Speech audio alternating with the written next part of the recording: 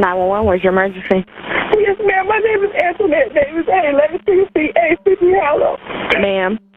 My name is Antoinette Davis at 1116 A City Hollow. Okay, I'm not getting your address clearly. Can you slow down a little bit and tell me again? 1116 A City Hollow. 1116A? 16. 16?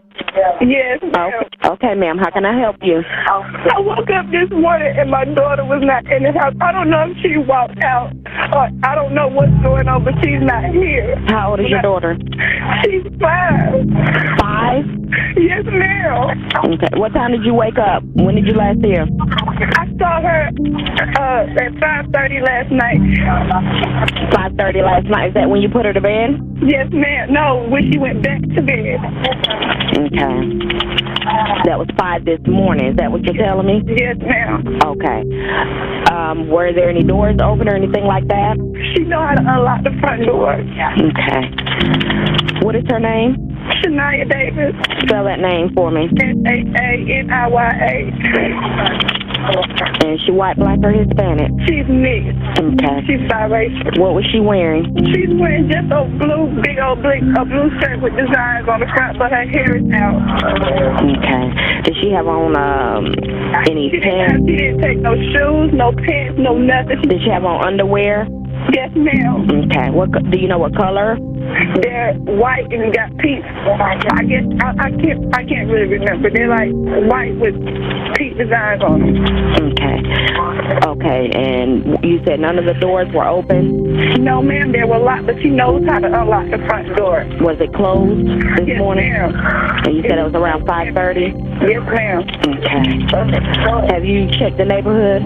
I checked everywhere. I haven't checked the back end of the neighborhood yet, but I checked the front end. I don't know what else to do. I don't know what else to do. Are there any more juveniles inside the home? It's my son, but he's here. Okay. And your door was not unlocked. That's what you're telling me? No, it was not unlocked. But I'm telling you, she knows how to unlock it. I'm hoping that she didn't unlock it and walk out. That little girl, Shaniya Davis, would be an adult now if things had gone differently. Her mother, Antoinette Nicole Davis, was indebted by $200. To pay it off, she handed Shaniya over to Mario McNeil. This tragic event happened 15 years ago. Shaniya went through a terrible ordeal. When Shaniya was just 5 years old, McNeil sexually assaulted her, leading to the discovery of her body by the side of a country road.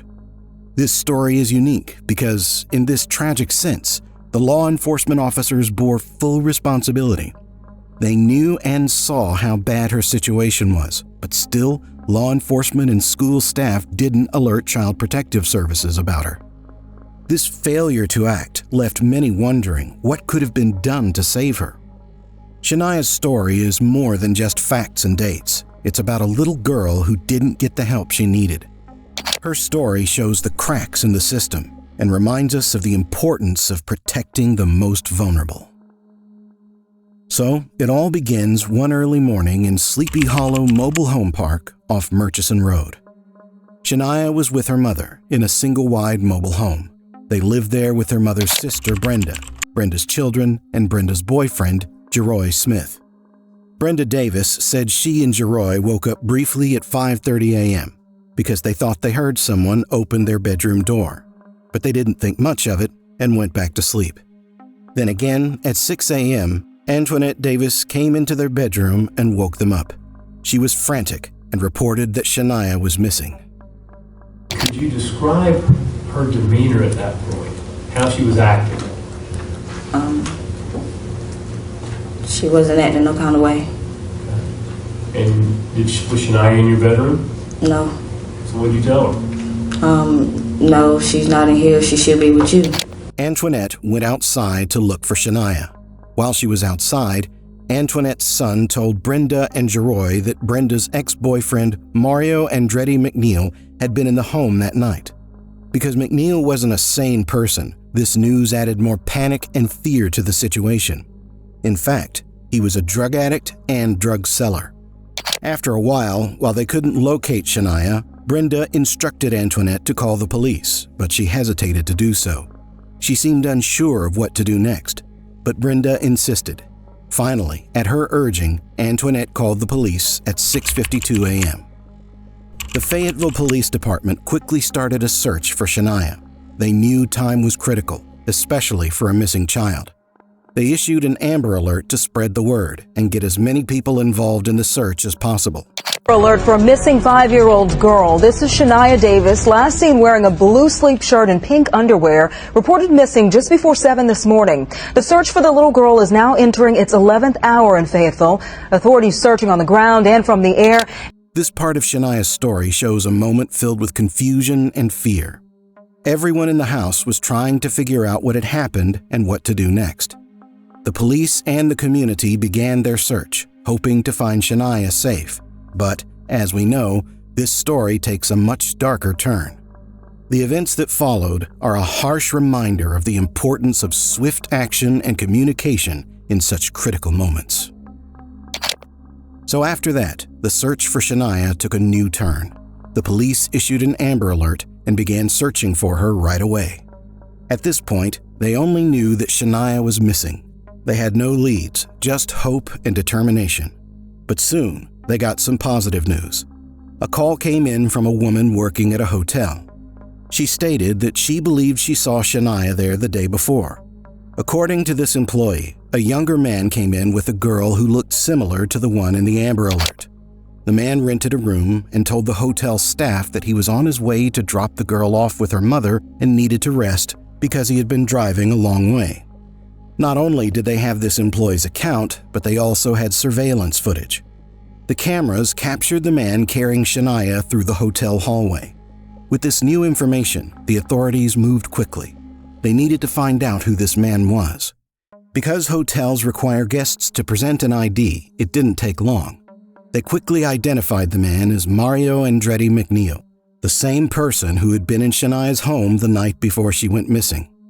This revelation added another twist to the case. Now, as we discussed before, Mario wasn't a stranger to the family. He used to date Antoinette's sister, Brenda. At this point, the police were trying to figure out what he was doing with Shaniya. They tracked Mario down and brought him in for questioning. Mario claimed he was innocent.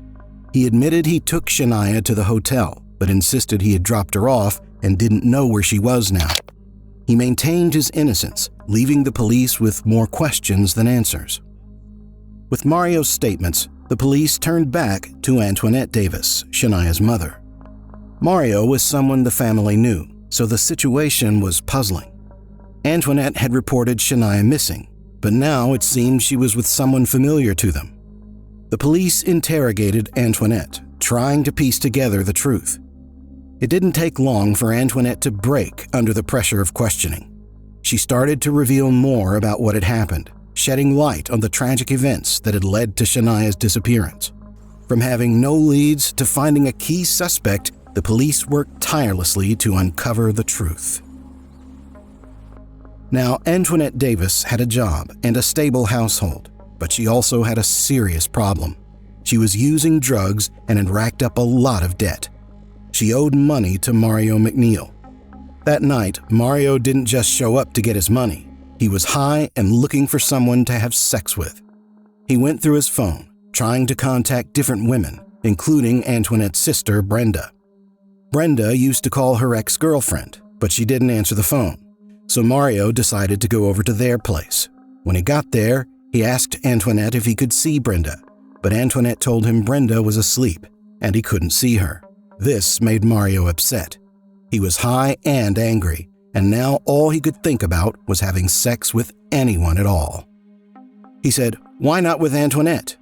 So he asked her to return the money that Antoinette owed him. Mario demanded the money from Antoinette. She didn't have it. Mario got more angry. He told her she could either pay him or just have sex with him, and they would call it even. Faced with this demand, Antoinette made a terrible decision. Instead of fulfilling the obligation herself, she handed over her 5-year-old daughter, Shaniya, to Mario. She literally agreed to let him take Shaniya to a hotel and do whatever he wanted with her. All of this was just for the $200 loan repayment. After admitting this, Antoinette went to jail. She confessed to the police that she owed Mcneel $200. She said he wanted to be paid in either money or sex. She told them she had given Shaniya to Mario, hoping he would just spend the day with her. But later, Antoinette changed her story slightly, saying Mcneel was taking Shaniya to another man. Now, according to that story, the other man would pay Mcneel, and thus the loan would be repaid. Despite her arrest, Shaniya was still missing. The police now had to track down Mcneel and find out where he had taken Shaniya. As we discussed before, Mario wasn't a stranger to the family. He used to date Antoinette's sister, Brenda. Now, the police were trying to figure out what he was doing with Shaniya. They tracked Mario down and brought him in for questioning. They interrogated Mcneel, who insisted he didn't know where Shaniya was. He claimed he had dropped her off and had no idea about her current whereabouts. He even negated the Antoinette story and said it was just blame. Mario claimed he was innocent. He admitted he took Shaniya to the hotel, but insisted he had dropped her off and didn't know where she was now. He maintained his innocence, leaving the police with more questions than answers. This is a very complex case which reaches out over the city of Fayetteville, counties, federal jurisdictions, and this is an ongoing investigation between multiple law enforcement agencies.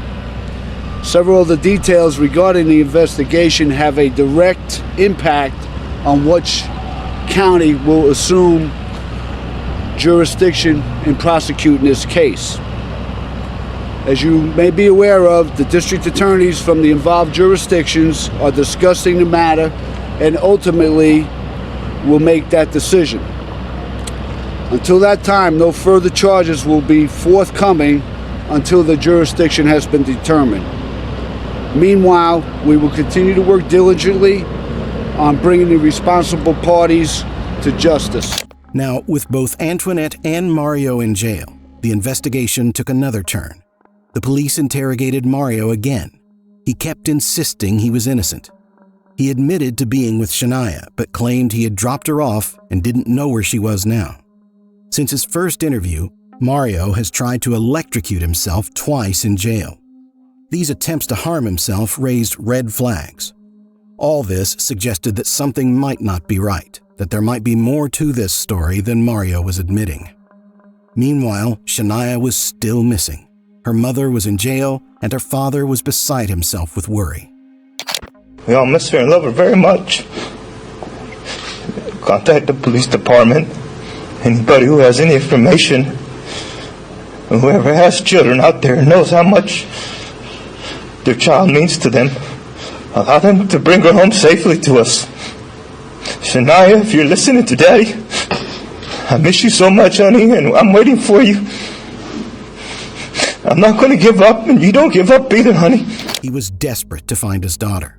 The pressure was mounting on the authorities to uncover the truth and bring Shaniya home. With Antoinette in jail, she started to tell authorities the real story. After her formal confession, the police confronted Mario. They told him that Antoinette had revealed everything and pressed him to tell them where Shaniya was. Mario then decided to tell the police what had happened, but he didn't fully admit anything. He only disclosed where he thought he left Shaniya's body. He claimed he didn't know the exact location, but gave them a general area. His lawyers contacted the authorities with this information, trying to create an appearance of cooperation and remorse.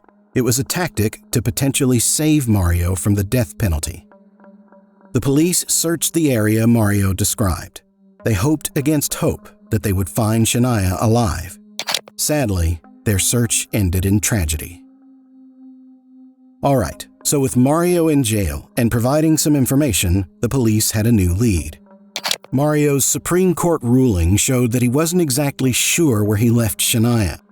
His lawyers told the police it was somewhere along NC 87, between Spring Lake and Sanford. They mentioned a spot near some green portable toilets in an area where hunters often field dress their deer. The police organized a massive search of the area the next day. It wasn't just local officials involved. Even police officers from the Virgin Islands, who were in North Carolina for dog handling training, joined the search. The area was dense and challenging, with thick woods and uneven terrain. The search team worked tirelessly, covering every inch of the vicinity. The search was intense. The officers combed through the woods, looking for any signs of Shaniya. They had trained dogs with them, hoping they would pick up her scent. The community held its breath, hoping for any news. The hours dragged on, and the tension grew. Everyone wanted to find Shaniya and bring her home. Finally, on November 16th, one of the visiting officers from the Virgin Islands made a heartbreaking discovery. Under a log in the woods off Walker Road near NC 87, they found Shaniya's body. The news spread quickly, sending waves of grief through the community. The search had ended in the worst possible way. Found her? Right here. All right, I'll call him. Call command and tell him. Lock up the area. We got a tip. Somebody in the parking lot said that they had heard on the news or something that the guy admitted to killing the young child and dumping her where there was deer carcasses and trash. And we remember driving through here earlier and smelling something pretty nasty. So we came back to check it, and sure enough, there were deer carcasses and trash. And then some of the officers from the Virgin Islands went through here and actually saw her in there, and the dogs were showing a lot of interest. So we checked it out and confirmed, and yeah, it's terrible. It's not good news at all. It's terrible. I don't even know. I'm a little overwhelmed right now, so it's a lot. I'm just, I'm glad we were able to help. The autopsy later confirmed the worst fears. The autopsy revealed evidence of Shaniya's sexual assault and death by suffocation. I described a faint bruise measuring approximately 1/4 of an inch located on the left side of the face. At the external genitalia, there was a ring of abrasion or scraping injury surrounding the entrance to the vagina. I did not find a hymen, and there should be a hymen in a 5-year-old child. On these recent pre-death injuries to Shaniya's vagina, consistent with a sexual assault? Yes, they are recent, and yes, they are consistent with a sexual assault. The fact that there isn't any other cause of death, after looking at all of the organs and doing a microscopic examination, there's no other reason for this child to be dead. Thus, I have to conclude that the most likely cause of death is external airway obstruction or asphyxiation. This revelation added to the horror and sadness of the situation. Shaniya had suffered terribly, and the community mourned the loss of an innocent child. Shaniya's father and family had come to terms with the tragic loss. The community rallied around them, offering support and condolences. Vigils were held, and people gathered to remember Shaniya and demand justice for her. The evidence from the autopsy and the discovery of Shaniya's body strengthened the case against Mario. Mario's earlier attempts to harm himself in jail and his eventual partial confession painted a picture of a deeply troubled individual. His actions had caused immeasurable pain, and the legal process moved forward to hold him accountable.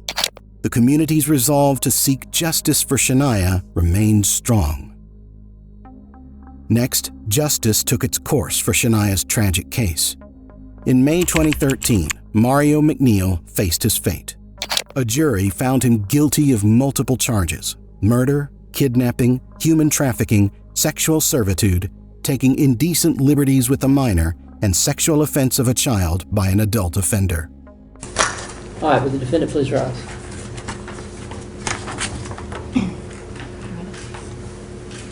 Madam Clerk, would you take the verdicts? Will the foreperson please stand? Madam Foreperson, the jury has returned as its verdict as Mario McNeil and file number 09 CRS 66040 is guilty of first-degree murder on the basis of malice, premeditation, and deliberation, and under the first-degree felony murder rule on the basis of sex, child offense, and kidnapping.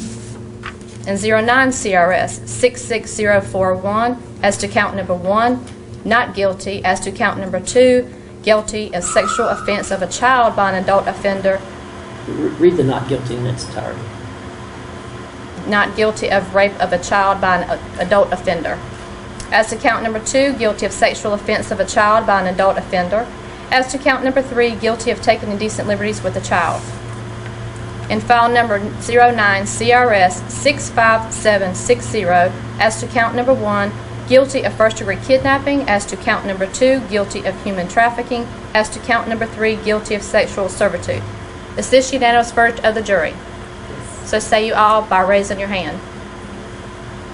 The court sees 12 hands. Thank you, ma'am. You can have a seat. Mr. McNeil, you can have a seat. They seen enough evidence, you know, to still convict them of the, you know, the crimes of, you know, taking Shaniya's innocence. The judge sentenced him to death. The community, shaken by Shaniya's story, found closure in this verdict.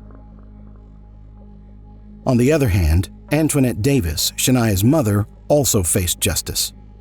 Antoinette Davis, pregnant at the time of her arrest, placed her child in foster care.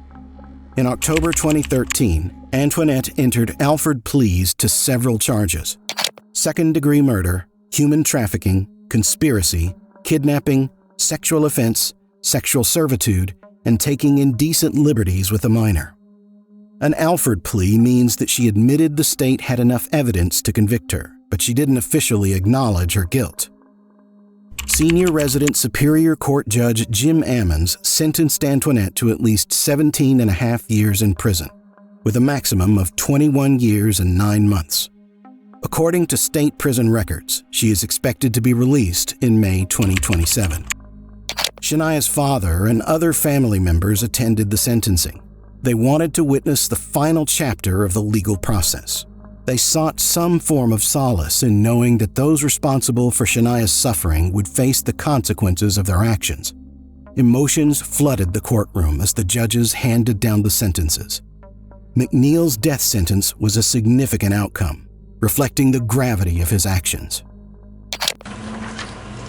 All right, defendant, please rise. Will the foreperson please stand? Madam Clerk, please take the verdict. Madam Foreperson, the jury has returned as its verdict as to the issues and recommendation as to punishment as to the defendant, Mario McNeil, and file number 09 CRS 66040. As to issue number 1, yes. As to issue number 2, yes. As to issue number 3, yes. As to issue number 4, yes. The jury has returned as its recommendation as to the defendant, Mario McNeil, that he be sentenced to death. Is this unanimous recommendation of the jury? Antoinette's case was also complex. The Alford plea meant that she accepted the consequences without fully admitting guilt. This legal strategy often stirs mixed feelings. Some see it as a way for defendants to avoid full accountability, while others view it as a pragmatic approach to securing a conviction. For Shaniya's family, it meant seeing Antoinette serve time for her role in the tragedy. Now, Shaniya's father, Bradley Lockhart, carried a heavy burden of guilt. He made a decision that she believed would help Shaniya, but it ended up contributing to the tragic outcome. Shaniya had been living with Bradley in a stable and loving home. However, when Antoinette Davis, Shaniya's mother, found a job, Bradley thought it was important for Shaniya to spend time with her. He hoped they could build a relationship and that Antoinette could step up as a mother. "I just wanted her to be a mother," he said. "She was never part of her life." Bradley's intentions were good.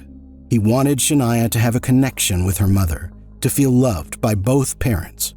But this decision, driven by hope and a desire for family unity, became the first mistake that cost Shaniya her life. While Shaniya stayed with Antoinette, Bradley trusted that her mother would care for her properly. He didn't foresee the dangers that lay ahead. But the authorities made the second and perhaps even more critical mistake. A few weeks before Shaniya went missing, there was a drug raid at Antoinette's house. The police stormed in, looking for evidence of drug activity. During the raid, they saw the conditions Shaniya was living in. It was clear that the environment was not safe or healthy for a child. Child Protective Services was the intended recipient of the officer's report. They were required to follow a protocol that ensured children in such situations received help. However, they failed to do so. They didn't inform Child Protective Services about the raid or the fact that children were living in that house in very miserable conditions. This failure to report was a significant oversight. Child protection personnel had previously discussed the importance of reporting child abuse or neglect to law enforcement agencies. They emphasized that officers, particularly those working in narcotics or undercover, needed to be vigilant and responsible in these matters. But the message didn't reach the officers involved in the raid at Antoinette's house.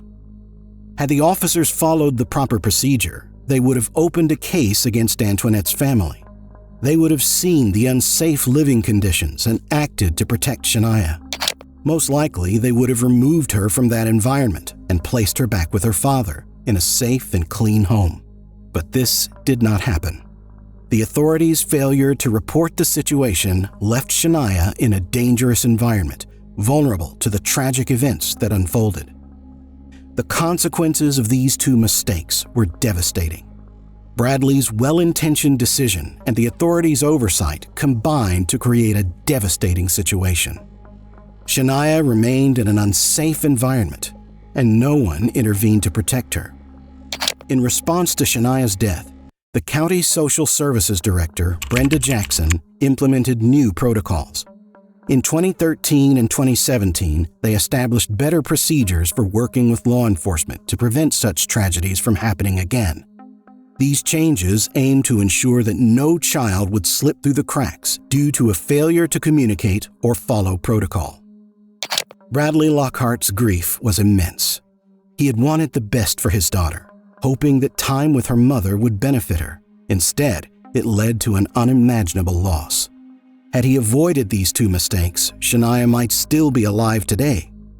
Bradley's decision to send Shaniya to her mother, combined with the authorities' failure to report the unsafe conditions, sealed her fate. As we wrap up Shaniya Davis's tragic story, we see how two critical mistakes led to a heartbreaking end. Had Bradley not sent Shaniya to live with her mother, and had the police followed proper procedures, Shaniya would likely be alive today. These two mistakes, one made by a father hoping for family unity and the other by authorities failing to act, combined to create a perfect storm. Shaniya's death was a devastating reminder of the importance of vigilance, responsibility, and adherence to protocols in protecting our children. Thank you very much for taking the time to watch this video. If you found this video informative, please give it a thumbs up and share it with others to spread awareness. We have more content like this, so don't forget to subscribe to our channel for further updates. Your support helps us continue to share important stories like Shaniya's. Again, thank you for watching. Stay vigilant and compassionate, and let's work together to protect our children.